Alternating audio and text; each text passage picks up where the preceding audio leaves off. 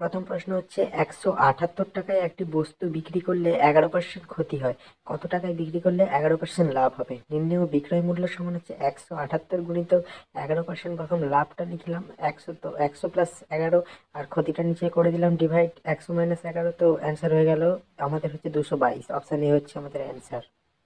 2 নম্বর প্রশ্নটা কি আছে, এক ব্যক্তি 330 টাকায় একটি বই বিক্রি করলে হচ্ছে 10% লাভ হয়, কত টাকায় ওই বই বিক্রি করলে 15% লাভ হবে? তো একই অঙ্ক আছে, তো সেই একই 330 গুণিতক 100 + 15 ডিভাইড বাই হচ্ছে 100 + 10, তো অ্যান্সার হয়ে গেল 345। অপশন সি হচ্ছে আমাদের অ্যান্সার।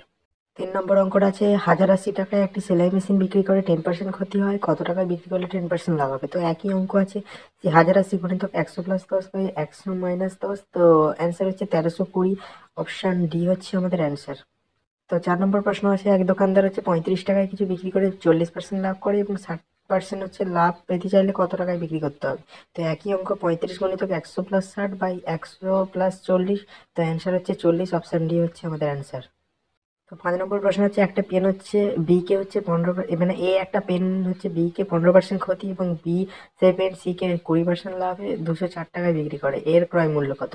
তো এর ক্রয় মূল্য হচ্ছে 100 গুণিতক 100 গুণিতক 204 বাই 85 গুণিতক 120। 85 কেন? কারণ হচ্ছে 15% ক্ষতি, আর 120 কেন? 20% লাভ। তো অ্যান্সার হয়ে যাচ্ছে 200। অপশন ডি হচ্ছে আমাদের অ্যান্সার। 6 নম্বর প্রশ্ন হচ্ছে, এক ফল বিক্রেতা সমস্ত আপেলের 40% আপেল বিক্রি করে 420টি আপেল অবশিষ্ট আছে, মোট আপেলের সংখ্যা কত? মোট আপেল হচ্ছে 60% সমান হচ্ছে 420, তো 60% সমান 420 যদি আমরা ক্যালকুলেশন করি তাহলে হচ্ছে 700। অপশন ডি হচ্ছে অ্যান্সার।